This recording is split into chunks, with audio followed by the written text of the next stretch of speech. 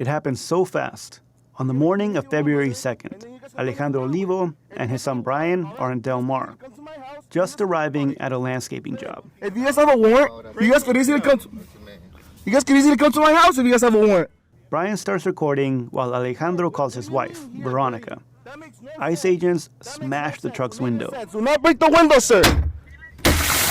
What are y'all doing? And to Veronica, it sounds like a gunshot. Fue un impacto demasiado terriblemente fuerte, porque justamente cuando él me estaba hablando, pues fue cuando le rompieron la ventana.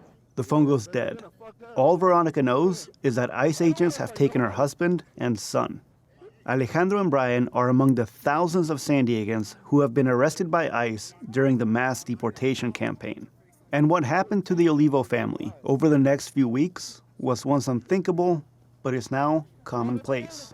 Muchos momentos en que lloramos y gritamos, sentíamos que, pues, por lo que podía pasar y todo eso. En ningún momento, pues, de verdad nos rendimos. Veronica says that those weeks were filled with fear and anger, but the family never gave up. And neither men are U.S. citizens. Alejandro is undocumented, but he's also a father of 5, has lived and worked in the U.S. for decades, and owns his own business. Brian has legal status through the Deferred Action for Childhood Arrivals program, also known as DACA. Neither of them have violent criminal records. The first thing Veronica did after the arrest was call everyone she knew. Creo que en una hora la casa ya estaba como llena de personas. Todo el día la casa estuvo llena de personas. Within an hour, the house was full of people ready to help. They called lawyers, brought food, even donated money to cover the rent and utility bills. Each member of the family dealt with it in their own way.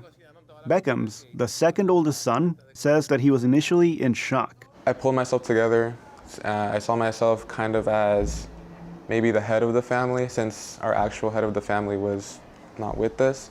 And I knew I had to step it up and be that pillar of support for my family. He set up a GoFundMe campaign that so far has raised almost $20,000. His sister, Charlene, felt her father's absence at night. I didn't feel safe. Every time he was home, he'll hear like any little noise, and it'll make me feel safe, because I'm just like, if my dad's hearing it, he's gonna tell us. Charlene is a sophomore at Lincoln High School. She reached out to a teacher who has helped other students impacted by ICE enforcement. Word of her dad's detention got around, and before the family knew it, strangers were dropping off donated food. All that support helped Ian, the family's second youngest. It felt really good to know that some people actually did care about us at that time. Ian says that he struggled to process his emotions. I was sad.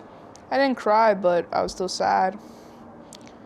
And it felt something like just kind of like broke inside me, because my dad, my brother, they're like great people. My dad's the most greatest person I know. He's the greatest dad I know. Brian was released within a day, after ICE agents realized he's a DACA recipient and protected from deportation. When he got out, helping his mom and siblings felt like a full-time job. One of the few distractions was watching his favorite soccer team, San Diego FC.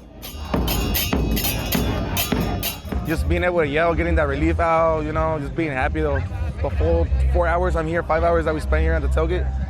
I'm just happy to be here, On his first game back, a small group of supporters turned their back during the national anthem. It was a small act of protest against ICE enforcement in San Diego. Brian did not turn around. He loves this country, and as a DACA recipient, feels the need to show his support as much as possible. But on that day, one line of the anthem nearly broke him. I love singing the anthem, and I cry most of the time.